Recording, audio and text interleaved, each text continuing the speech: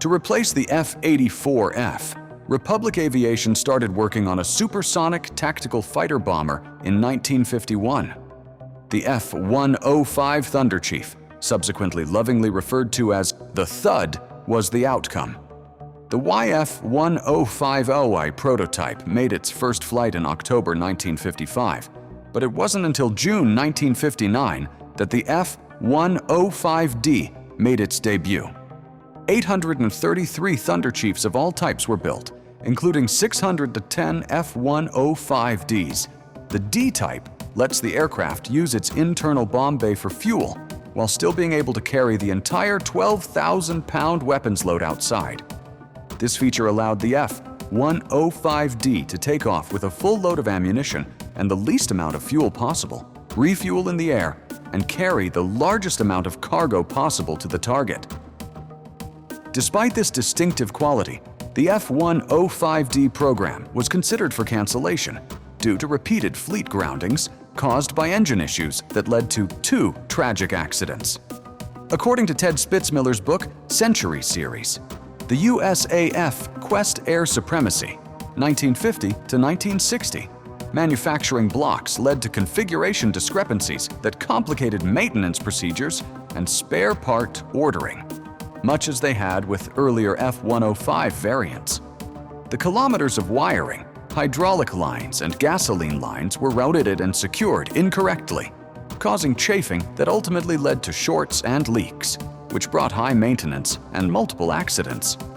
To inspect these systems, a standardization initiative dubbed Project Look-alike was carried out between 1962 and 1964. It was also chosen to deal with the issue of water getting into various crevices and causing major electronic failures and other maintenance issues.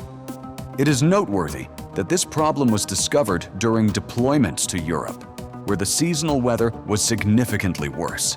However, the failures diminished once access panels were removed, and the plane was sprayed with a silver lacquer to seal as much of the aircraft as possible. Overheating in the fuselage afterburner region was another ongoing issue.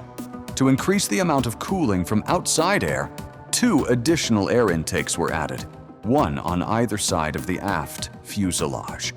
Howard Plunkett, author of the book F-105 Thunder Chiefs, a 29-year illustrated operational history with individual accounts of the 103 surviving fighter bombers, says, "A constant problem is a bit understated. Fuel leaks and overheating caused explosions and aircraft losses. Safety Pack 2 was the mod that installed the cooling scoops on the left fuselage, among other things, between March and July 1965. It was probably the most significant mod to the F-105 and fixed the problem in time for combat deployments that year. The planned production of 1,500 aircraft would be drastically reduced in light of all these issues." According to Spitzmiller, the term Thunder Chief eventually became popular among Republic and its PR team.